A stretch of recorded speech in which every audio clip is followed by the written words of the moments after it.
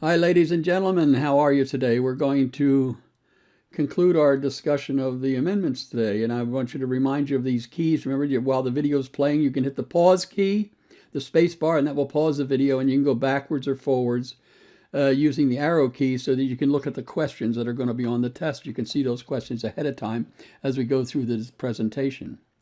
All right, guys, so what are we talking about? This is an introduction to the amendments. This is the amendments of the Constitution. We're going to cover today 11 to 27. Amendments 11 to 27. We've already covered the Bill of Rights, which is from 1 to 10, and now we're going to cover from 11 to 27. So first of all, just remind you of the amending process again. Remember, you have to propose an amendment to the Constitution, then you have to ratify it. First you propose, then you ratify it. Ratify means to okay it. And if you propose it, it takes 2/3 of both houses of Congress.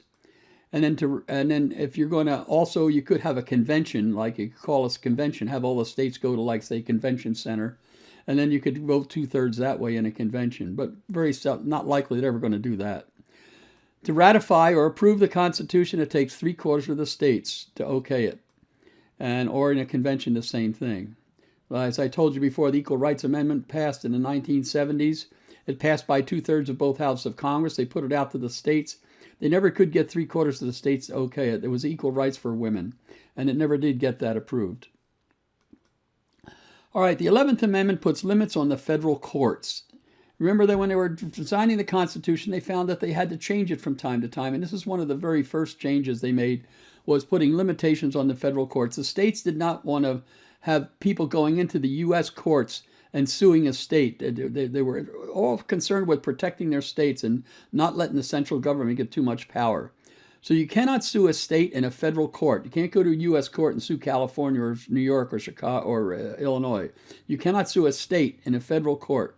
People from foreign countries can't sue a state in a federal court. Like somebody comes from Mexico, they don't like something California did, you can't go to federal court and sue a state. Now, the state gives you permission to sue it, and then they can sue you, but the states they want to keep that security. Now, here's the question. What is the purpose of the 11th Amendment? It was to protect the U.S. government it was to protect the states from being sued in U.S. courts. It was B. That's the answer to that one. Okay? I gave you one. All right, let's talk about 12. Then very soon after the amendments were passed, as soon as the Constitution was, one of the first elections we had was between John Adams and Thomas Jefferson. And it was a bitter election. And the way that it was set up, the person with the most votes got to be president, and the second most votes got to be vice president. If we still were under that system, if it wasn't for the 12th Amendment, then Joe Biden would be president and Donald Trump would be vice president. I don't think that's going to work out very well, do you?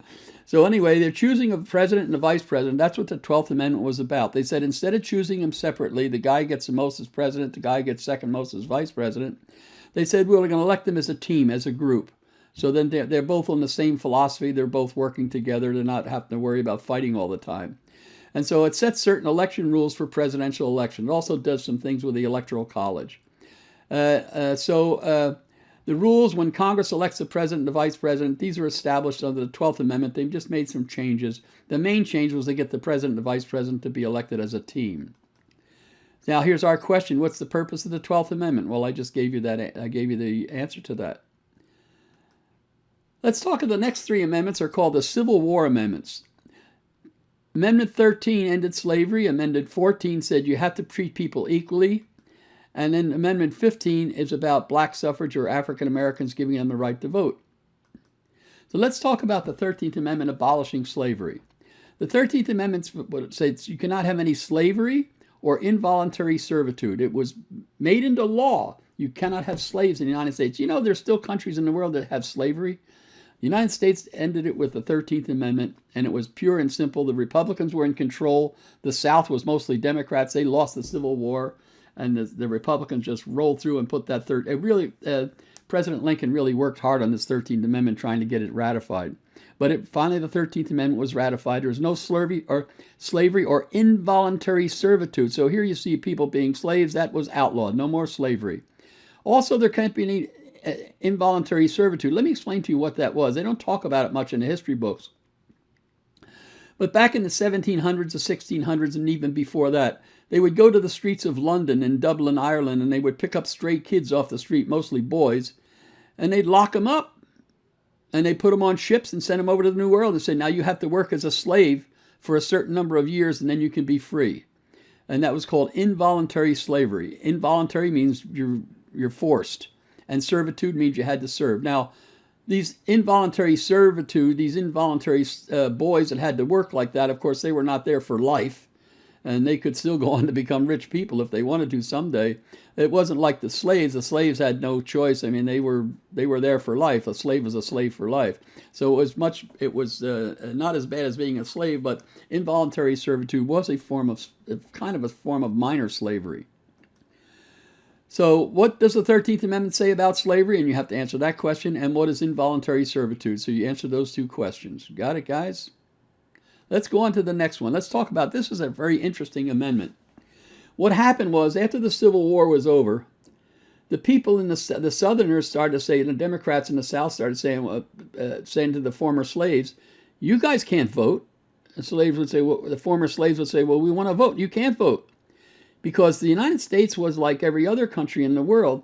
You are not a citizen unless one of your parents is a citizen. So what they told the former slaves, they said, look, your parents were slaves and they were not citizens, so therefore you're not a citizen. In most countries in the world, for you to become a citizen, one of your parents has to already be a citizen.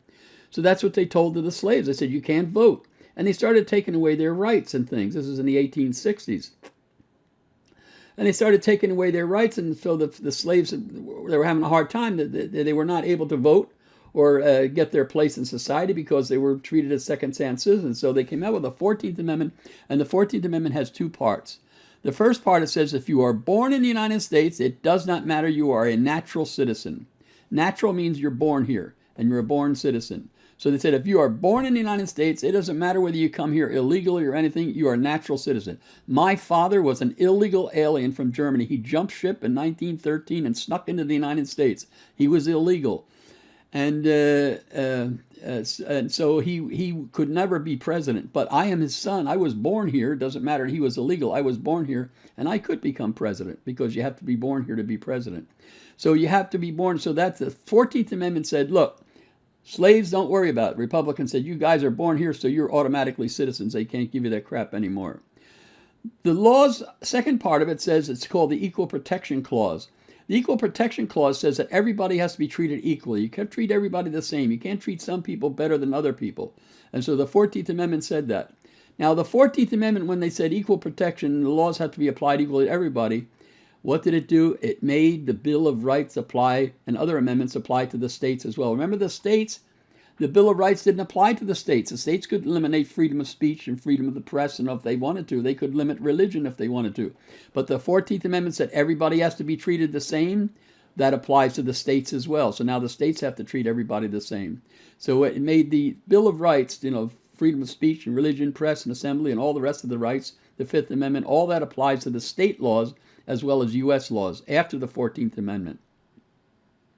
The 14th Amendment was the basis that Thurgood Marshall used to end segregated schools. 14th Amendment, very important amendment. It's used all the time, equal protection. So what does the 14th Amendment say about citizenship? There, you answer that question. And what does the Equal Protection Clause of the 14th Amendment say? And you can read about that. So you got two parts of the 14th Amendment. Let's go on to the 15th Amendment, black suffrage. It says that African American men were given the right to vote. It says you can't bar someone from voting because on the basis of race. Just because a person is black or Negro or white or Asian, you can't bar somebody from voting because of their race. So you can't allowed to do that. So what does the 15th Amendment says? It says you can't be barred according to your race. In the 1800s, the 15th Amendment did not apply to women. Why not? Why do you think it didn't? I'm going to let you figure that one out by yourself. But this did not apply to black women. Black women didn't get the right to vote with the 15th Amendment. Only black men did. Well, no women had the right to vote in 1860s and 70s. Women didn't get the right until the 20th century.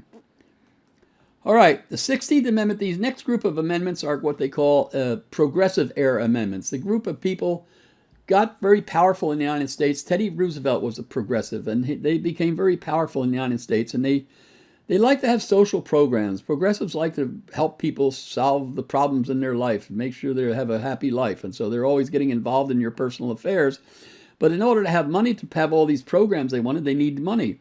And before the 16th Amendment, nobody paid any income tax. The government would get its money, because the government didn't do that much. It was very minor, but the government would get its money from like import taxes and people trading back and forth. But there was no federal income tax. Whatever you made, you kept. So before the 16th Amendment, there were no U.S. taxes, or there was no IRS, no Internal Revenue Service. So 9, what is the ideological group of people who wanted the income tax so the government would have more money? I just told you that. As a result of the 16th Amendment, which group became stronger? You have to figure that out for yourself. Who do you think became stronger because of the 16th Amendment? Remember, the 16th Amendment now is giving the U.S. government a lot of money. The 17th Amendment deals with the direct election of senators. Before the 17th Amendment, senators got to go in the Senate because the governors of the states or the legislatures would appoint them. They were appointed. They represent the states.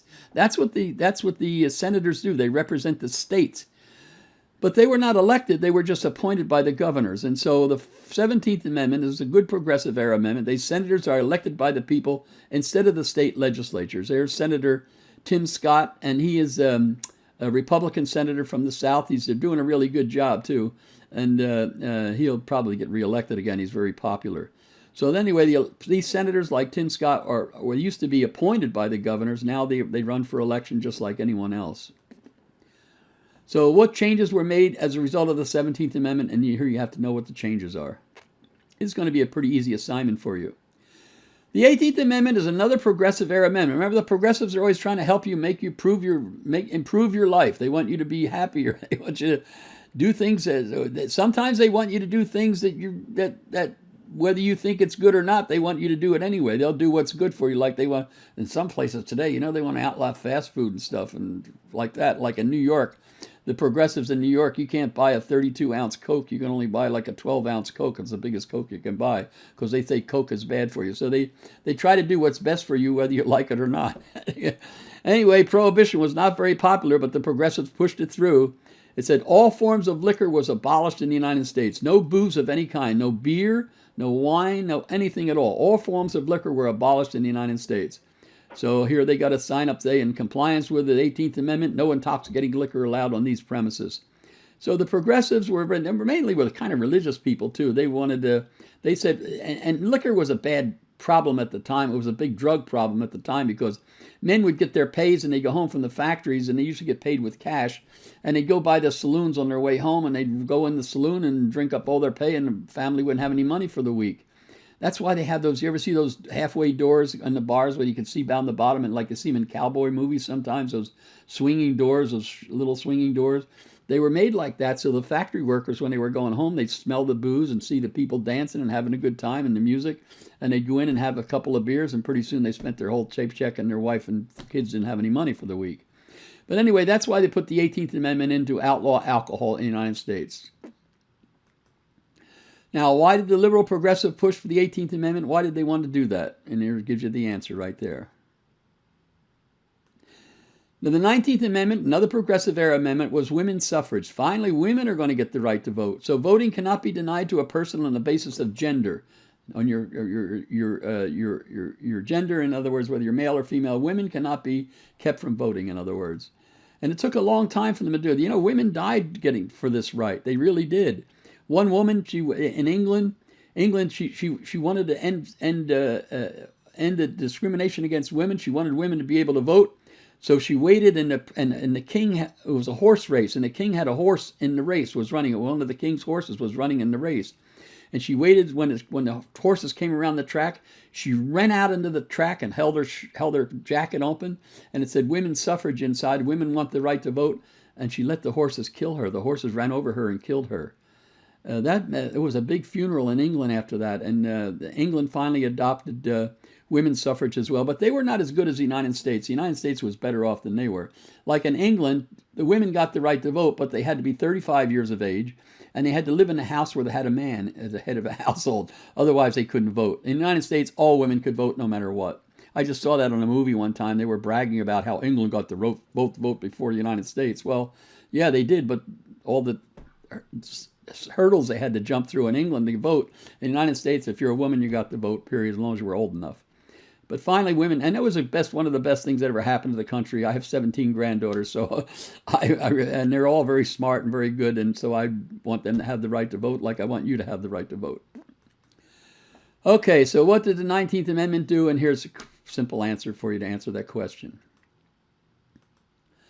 The next amendment is a lame duck amendment. This is a little complicated for people to understand, and it's a kind of a procedural amendment, but you have to remember that originally when we wrote the Constitution, we didn't have very good highways. The roads were really bad. Mostly were muddy roads that weren't paved, and it was hard for people to get around. To go from one place to another, you go 100 miles, might take you days and days to get there because the roads were muddy and you had to go by horse, and so it was difficult to get around.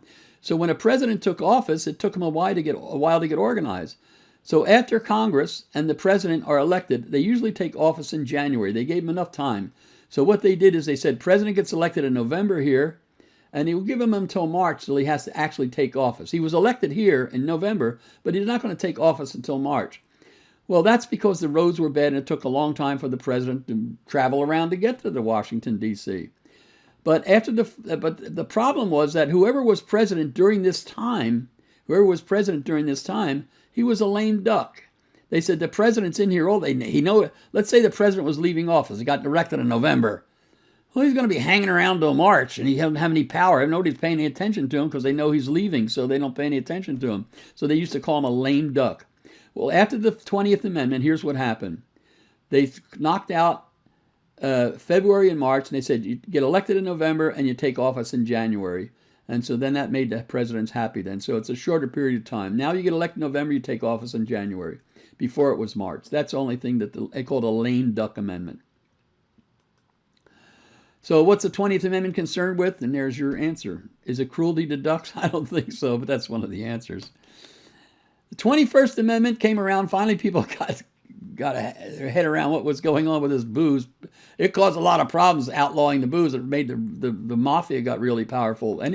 People wanted to drink, and the government wouldn't let you drink, so what they did is the mafia supplied them with the booze. So they repealed the 18th Amendment and made liquor legal again. So the prohibition ended, and December 5th of 1933, a year before I was born, they ended prohibition, and now people could have their beer and their wine and booze and stuff. But states could still make their own laws regulating liquor. So some states have different laws than other states. So the states could make their own laws, and that's the way it is today. In some states, you can drink when you're 18. In some states, you have to be 21. Some states, like I remember when I was in Virginia back in the 50s, you would go to a nightclub and you'd have to bring your own bottle. You'd have to buy your bottle at a store and then come into the nightclub and have your bottle, and they give you a locker. So they would rent you a locker to keep your booze in there, and then they would charge you for drinks and for soda and mixers and things like that. But the states have their own laws about prohibition. They don't have to go to the government anymore, federal government. So here's the two questions about the 21st Amendment. What did the 21st Amendment do? I explained that. And what did the 21st Amendment say about the states? What did it say about the states? Remember that our country is the United States of America. We're 50 separate countries merged into one country. The 22nd Amendment put term limits for the president. Here's what the problem was. George Washington, when he got elected, he said, a president should only run twice for president. If a guy's in there more than 2 terms, more than 8 years, he could become a dictator. And we don't want that in the United States. And every president, it wasn't a law, it was just a custom, a tradition that everybody followed George Washington, and they said, well, I'm only going to run twice, and I'm not going to run anymore. So it was voluntary. There was no law that says you couldn't run. Then along came Franklin Delano Roosevelt. And Roosevelt ran 4 times. He got elected first in 1932. He ran against Herbert Hoover. Then in 1936, he ran against Alf Landon. Then in 1940, he ran against Wendell Willkie. And guess what? I campaigned for him in 1940. Went around the neighborhood with my friends and knocking on doors. Had a big Roosevelt button with ribbons on it. And we were campaigning for Roosevelt. We used to say Ilky Wilkie. Wendell Willkie was the guy running. We always made fun of the Republicans, called him Ilky Wilkie. And then in 1944, President Roosevelt ran again. That was right in the middle of World War II, and I campaigned for him again. That time he ran against Thomas Dewey, who was a district attorney in New York, and we used to say "Phooey on Dewey." That was our theme then. Same thing, knocked on doors and things, and helped try to get President Roosevelt elected president. And so, but that's 4 times. That's a long time. Well, as soon as the war was over, World War II was over, and then Roosevelt died in 1945. He got elected in 44, but he died the next year in 45. As soon as that was over, then the new Congress that came in and said, you know, it's too long for a guy to be president. Let's make it part of the Constitution. How long a person will be in. The president can only run for president twice. He can only run twice. So he can have a maximum of 8 years by running himself. But what if a president takes over for somebody that's already died? Like Johnson took over for President Kennedy when he was assassinated, and he ran 2 years. So he got 2 years of Kennedy's administration. He took over 2 years of Kennedy's term, and he could have had 2 years of 4 years of his own twice. It would have been 8, 10 years altogether if he wanted to.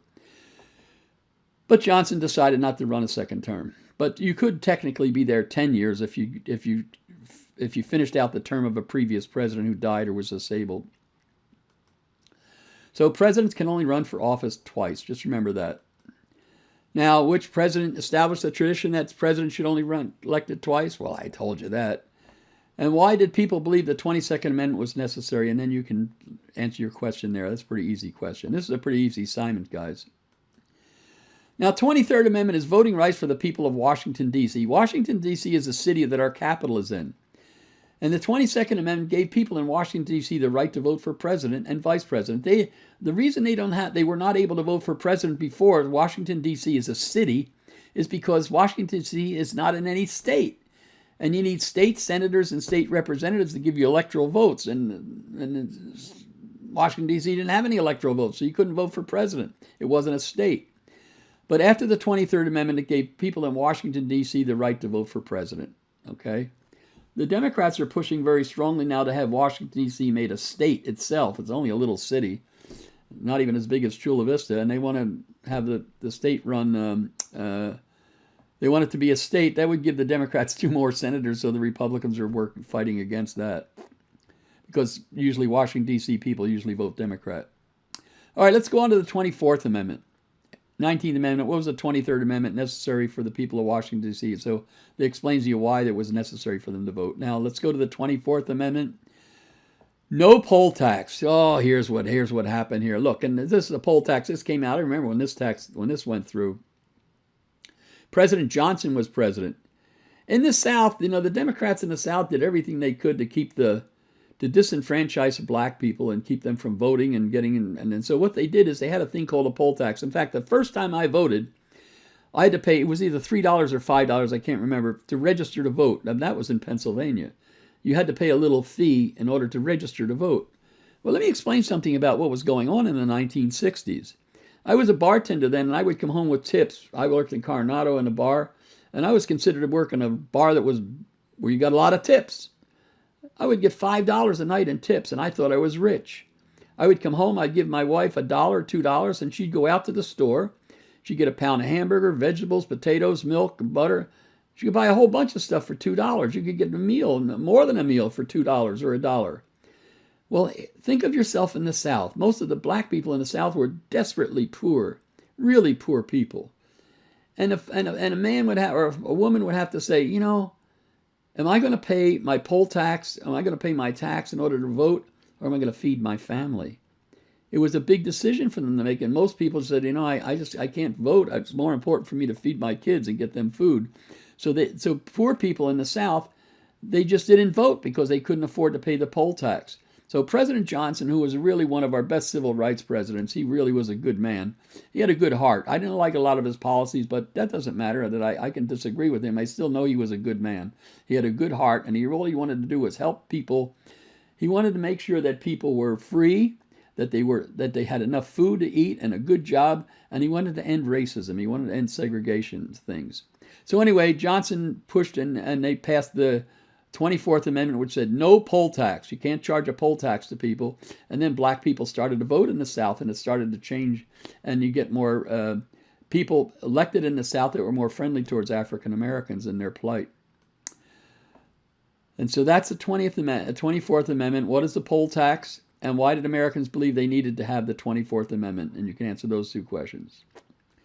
The next amendment is 25th Amendment. Is a presidential disability and succession. I'll explain to you what this one is about. The President of the United States, even today, there's an officer, a naval officer. He has a briefcase, and it's handcuffed to him. So when the presidents in the past, they'd have a naval officer has a briefcase, and the briefcase is handcuffed to the naval officer.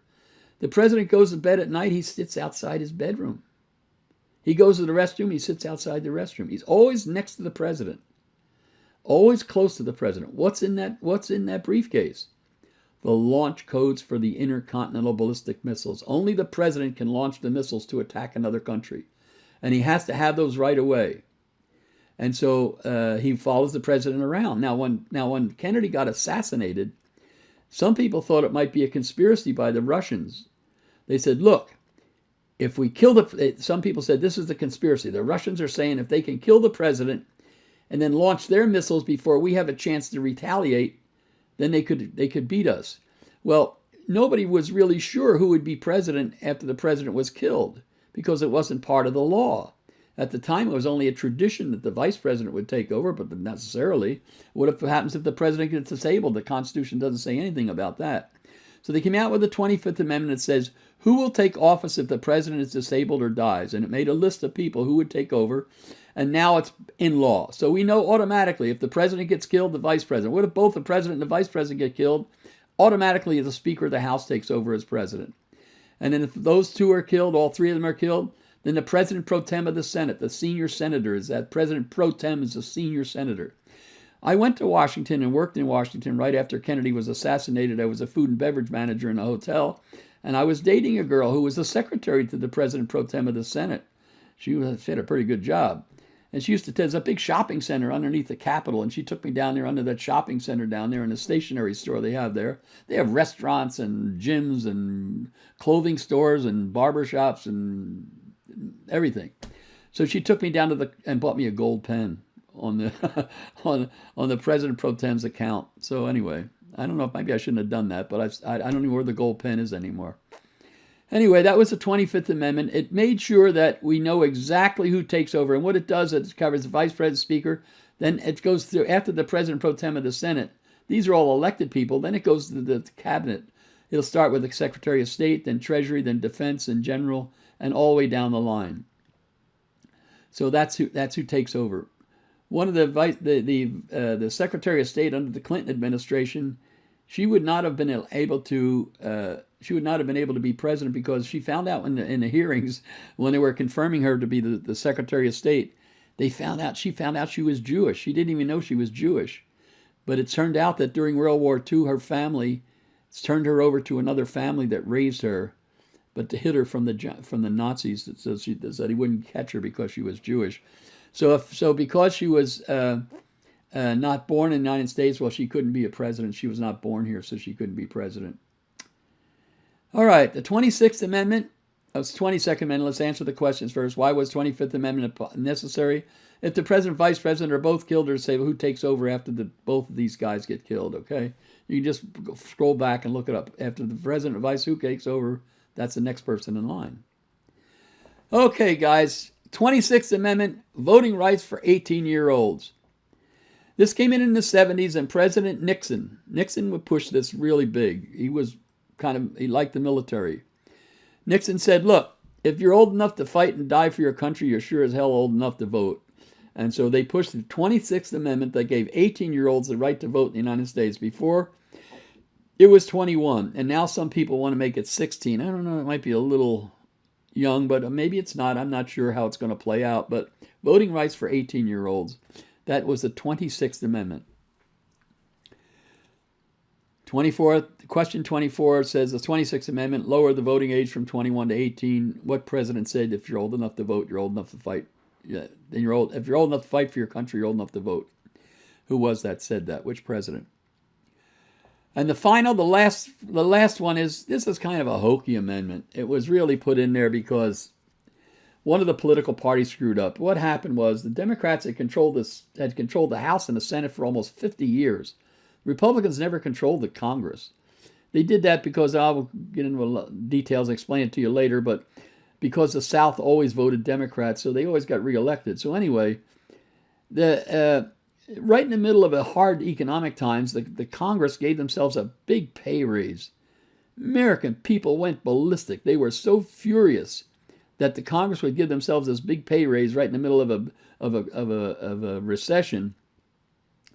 That's when talk radio started, Rush Limbaugh and all that stuff. That all started during this. It was 1994. In the very next election, the 94 election, after they gave themselves a pay raise, the Democrats were kicked out of the Senate and out of the House. The Republicans, for the first time in 50 years, took control of the Senate and the House. And so what the Democrats did, or the Congress people did, not just the Democrats, all the ones that took that pay raise, they tried to make it not look so bad. So they said, okay, I know we shouldn't have given ourselves a pay raise, but we're going to pass the 27th Amendment, which says we cannot get the money until after the next time we're elected. So they give you a chance to kick them out of office before they get their pay raise.